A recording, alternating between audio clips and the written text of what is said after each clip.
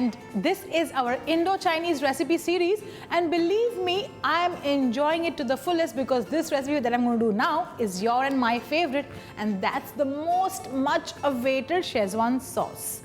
So what do we do to make Schezwan sauce? And actually you should make lots of it and keep it in the fridge so you can actually make Chinese preparations on any given day. So what I'm going to do is I'm going to heat up a pan, and in which we'll take oil.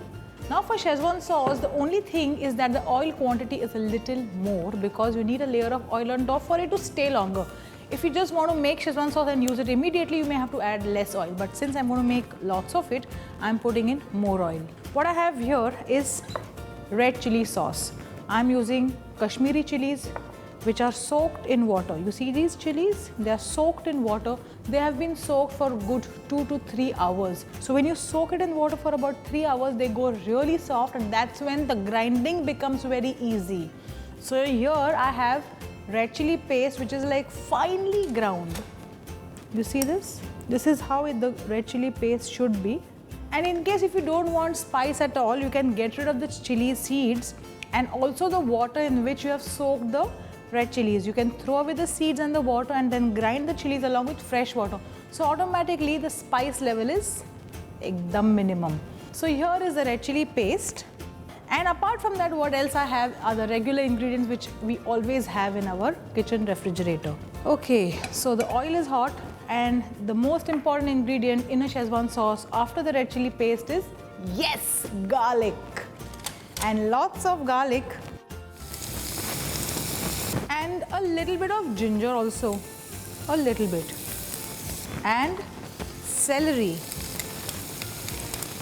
If you don't get celery easily, you can avoid it, but if you get it, then I suggest that you add it. So now this garlic flavor has to go, as in the raw flavor of garlic is really pungent. You know, when you fry so much garlic in oil, your eyes actually start burning. That's what's happening right now for me. Okay, so you see this? Since it was all chopped nicely, it's done. Now to this, I'm going to add all of the red chili paste. Now this red chili paste has to cook. So how do you know if it's cooked? It will start leaving the oil on the sides.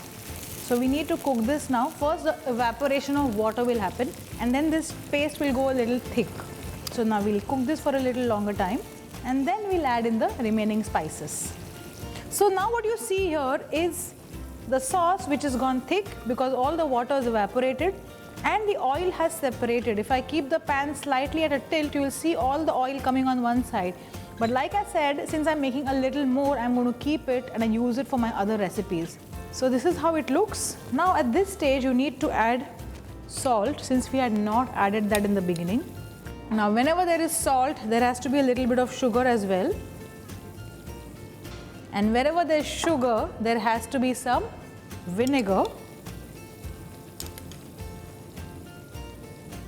And just to adjust the spice, we're going to add in a little bit of ketchup.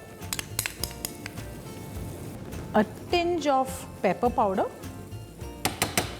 And of course, the hero of Chinese food, soya sauce. A little bit. And once you add all of this, mix it once again and give it a good boil. Actually, the sauce is done because the main part is in the chili, which needs to be cooked nicely. And if the chili is cooked, all the other spices just have to get mixed in together and our Schezwan sauce is ready. One boil and then we are good to go. So what am I going to do? I'm just going to keep it in a bowl, and I think I'm going to make Schezwan fried rice. So do you want to know how it is made? Then you need to stay tuned with us because very soon I'll be sharing that recipe as well. Well, coming back to this recipe, this is done. Look at it. Wow, what a glaze. I'm going to switch this off, and I've got some spring onions in case I want to garnish this with, but as of now I need to just put this in a bowl and let it settle for a little longer time. This fancy looking bowl. And after a point, all the oil will come on top, but prior to that, let's put some garnish for it to look a little pretty. That's about it. This is my recipe of Schezwan sauce specially for you. I'm going to make Schezwan fried rice after this, so you need to stay tuned to our channel, and also don't forget to like, share and subscribe.